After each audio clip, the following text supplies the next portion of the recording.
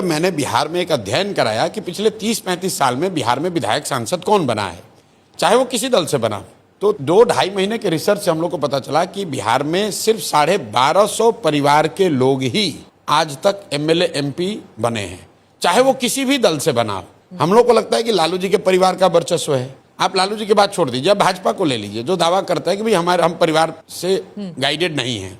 भाजपा में आज सबसे बड़े नेता के तौर पर यहाँ पर उनके डिप्टी सीएम हैं सम्राट चौधरी जी। सम्राट चौधरी जी के पिताजी शकुनी चौधरी। जब बिहार में कांग्रेस का शासन था तो शकुनी चौधरी जी उसमें विधायक और मंत्री थे। फिर जब लालू जी का शासन आया तो शकुनी चौधरी जी उसमें भी विधायक मंत्री बने। उसके बाद नीतीश जी का शासन आया तो उसमें भी शकुनी चौधरी जी विधायक मंत्री थे। फिर मांझी जी मुख्यमंत्री बने, उसमें भी शकुनी चौधरी विधायक मंत्री बने। और आज जब भाजपा का प्रभाव बढ़ा है तो उसमें भी उनको कोई दूसरा कुशवाहा नहीं मिला, उनको भी शकुनी चौधरी का लड़का ही मिला। ये बात मैं आपको एग्जाम्पल इसलिए दे रहा हूं कि बिहार में जो कोई भी नेता बन रहा है वो किसी न किसी विधायक या सांसद का ही लड़का है। उसकी वजह क्या है?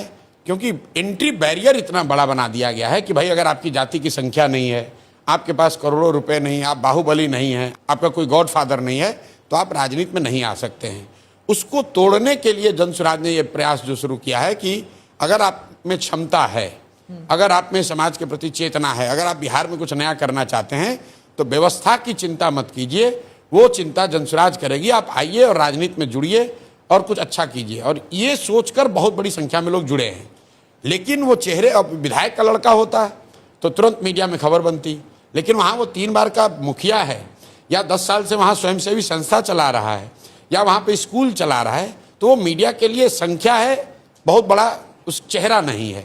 इसलिए इतनी बड़ी संख्या होने के बावजूद कई बार लोग कहते हैं कि और दूसरा कौन है, दूसरा कौन है। भाई यहाँ पर सैकड़ों अधिकारी, रिटायर्ड ऑफिसर्स, डॉक्टर्स, लॉयर्स, मैं आपको दावे के साथ कह रहा हूँ कि बिहार में कोई जिला आप उठा लीजिए, वहाँ के सबसे बड़े डॉक्टर, वहाँ के सबसे बड़े वकील, वहाँ से सबसे नामी गिरामी जो पदाधिकारी होगा, कभी रहा हो किसी सर्विस में, उसमें से बहुतायत लोग, 50% से ज़्यादा लोग आज जनसुराज में हैं, सक्रिय सदस्य हैं, बड़ी भूमिका में हैं। अब धीरे धीरे उनकी पहचान राजनेता के तौर पर भी हो जाएगी। आपने बोला 1250 परिवार ऐसे हैं या फैमिलीज हैं जिससे बनते हैं नेता और हटते हैं। क्या आप इनको बाहर करेंगे अपनी पार्टी में? इस पर लंबी चर्चा पार्टी में हुई। हमारे कई साथियों ने तो ये कहा कि इसको संविधान में ही लिख दिया जाए कि उन 1200-1250 परिवार के लोगों को जनसुराज में जगह नहीं मिलेगी। लेकिन सारी चर्चा के बाद ये निकला कि नहीं, इसको अगर हम लोग बार कर देंगे कि कोई भी उसमें से नहीं आएगा तो संभव है कि उसमें से कोई बहुत अच्छा व्यक्ति भी छूट जाए। लेकिन मैं इतना आपको कह सकता हूं कि अगर जनसुराज से 243 लोग चुनाव लड़ेंगे तो उसमें 90% से ज़्यादा लोग ऐसे होंगे जो शायद जीवन में पहली बार चुनाव लड़ रहे होंगे या उनका इन 1250 परिवारों से कोई लेना देना नहीं होगा।